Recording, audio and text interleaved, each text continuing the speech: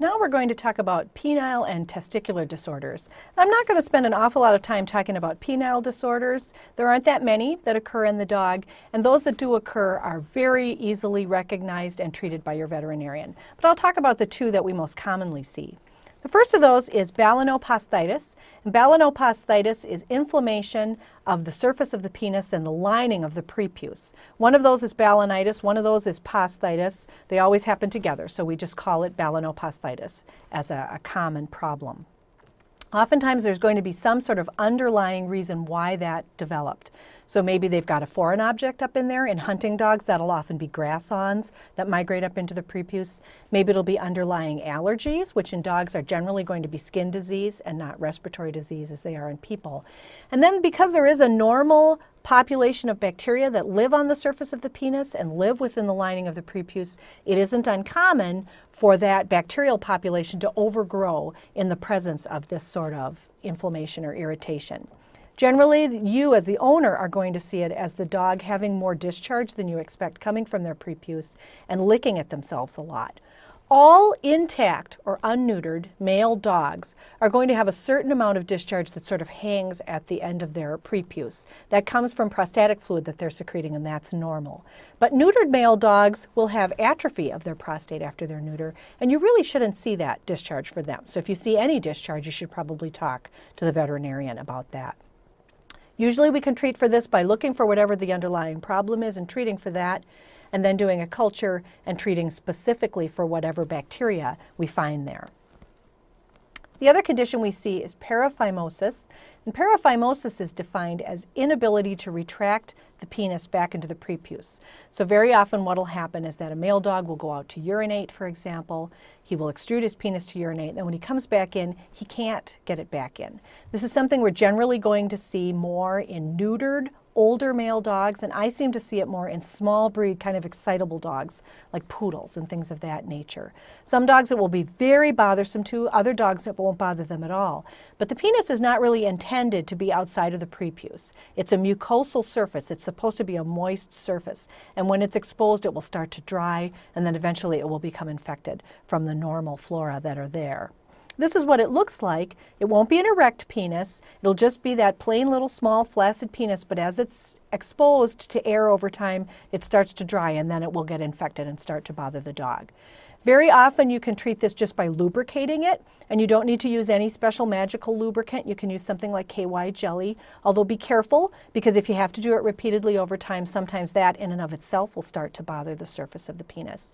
If we need to, there are very extreme things we can do, surgeries where we pull the muscles back to help pull it back into the prepuce and things of that nature. But most of the time, if you can lubricate it and replace it, that's very helpful. And if you can determine if there's a behavioral component to it. For example, does it always happen right when he comes in from urinating, or does it always happen when he first gets up in the morning?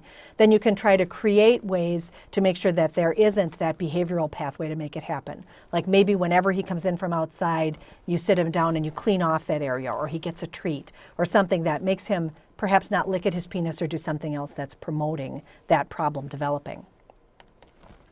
Testicular disorders are more common than penile disorders in dogs, and I'm going to talk about the two that we most commonly see. Those are cryptorchidism and testicular neoplasia, or cancer. Cryptorchidism is defined as lack of descent of one or both of the testes into the scrotum by 6 months of age. And that 6 months of age is because, remember that we talked about normal testicular descent and how it has to move through the abdomen. And it takes about, on average, 6 months of age before that whole pathway closes down.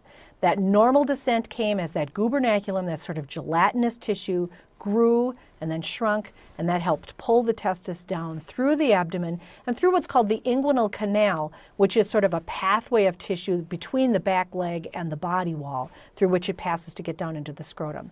That inguinal canal is going to close on average at about 6 months. And as you might imagine, it closes earlier in a small breed dog, like a Yorkie, than it does in a giant breed dog like a Great Dane. Most dogs on average, it's going to be closed by about 6 months of age.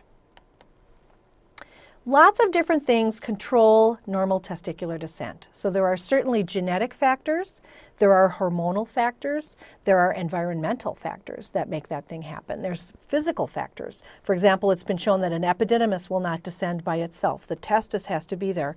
And not just because of the hormones that are secreted by that testis, but because of the physical weight of the testis. So there's a lot of different factors involved in testicular descent.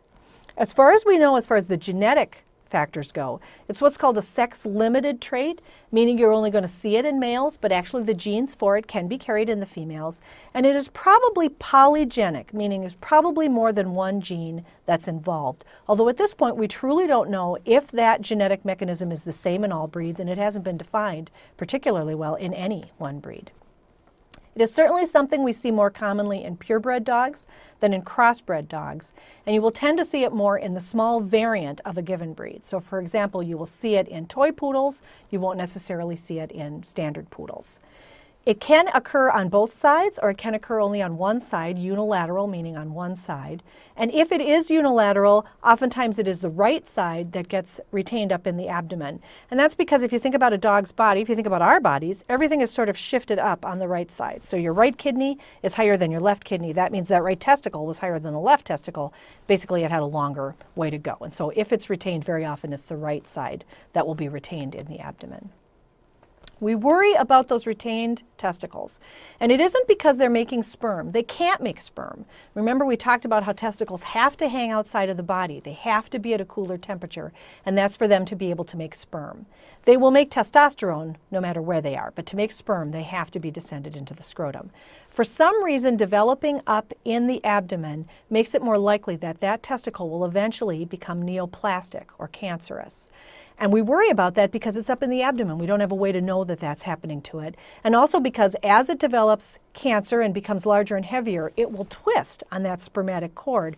And as it twists on that cord, it'll block off the blood supply, and that becomes an emergency, a very painful condition for dogs, and an acute emergency where you have to go in and find that and remove it. So because we know they can become cancerous, we really want to go remove those retained testicles. We strongly encourage all cryptorchid dogs to be castrated and to have both testicles removed. It would be very, very rare that any veterinarian would recommend removing the retained testicle and leaving the descended testicle. And that's because of the hereditary nature of this disorder. We don't want to leave these dogs capable of siring litters that could then themselves have males with cryptorchidism in them. And even if they only have one descended testicle, they will still be fertile. So we strongly encourage that these dogs be neutered. You cannot show a cryptorchid dog in an AKC-sanctioned show, and they are predisposed to cancer and to torsion of that spermatic cord. So we strongly encourage that they be neutered. The other condition to talk about is testicular cancer. And testicular cancer is one of the most common cancers in male dogs. They generally are not going to develop it until they're at least 2.5 or 3 years of age. And there's 3 different types that we usually see, and they're based on the 3 different cell types that are present in the testicle. So you can get tumors of the cells that form the spermatozoa, what are called the germ cells, and those kind of tumors are called seminomas. You can get tumors of the cells that support those germ cells in spermatogenesis, the Sertoli cells, so a Sertoli cell tumor, or you can get a tumor of the testosterone-secreting cells. Those are called either Leydig cells or interstitial cells, and so that tumor then would be either a Leydig or interstitial cell tumor. The 3 are equally common in descended testicles, and usually the only one that you're going to see that's obvious are Sertoli cell tumors that I'll talk more about in a minute. You can see more than one tumor type in a given dog. So I certainly have had instances where we removed both testicles, and when we submitted them for pathology, we had, for example, a seminoma in one and a Leydig cell tumor in another. That can happen. And oftentimes, if you have cancer in one testicle, the other testicle will start to atrophy. As that testicle that has the cancer becomes larger, that increases the temperature in the scrotum. And again, testicles do not want to be in a hot environment, so we'll start to atrophy down. Generally, these are not going to metastasize or spread. So testicular neoplasia in dogs, very different than what we see in men. In men, generally, testicular neoplasia happens to younger men. It's a very aggressive tumor. In dogs, we generally see it in older dogs, and it is not an aggressive tumor, which means we can castrate the dogs at the time that we diagnose it, and that will generally be curative. The most impressive, if you will, of the testicular neoplasias is Sertoli cell tumor. And that's because this is the one that will get the largest, and it is also the one that is most commonly going to produce hormones. And very often the hormone it will produce is estrogen. And so this will produce very interesting syndromes in the dog, what we call a paraneoplastic syndrome, meaning a constellation of signs that doesn't have anything to do with the tumor itself, but instead with what the tumor produces. So in a male dog who's producing estrogen, he will have breast development, what's called gynecomastia. He will attract other male dogs. He will oftentimes have hair loss, things of that nature. And again, generally these do not spread anywhere, and when you neuter the dog, you remove that tumor, you also remove that source of the hormone, and that will generally be curative. And I'm happy to answer any questions you may have.